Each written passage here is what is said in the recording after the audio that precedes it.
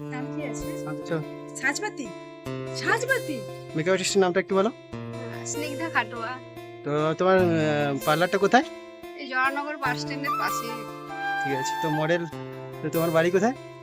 আমার বাড়ি বাড়ি কোথায়? প্রতাপদিঘি। হ্যাঁ, কিন্তু আমি এখানে থাকি না। তো শুটে এখানে এত দূরে শুটে আসা? হ্যাঁ, ওই হ্যাঁ। দিদি ডেকেছে তাই আমি এখানটা এসেছি।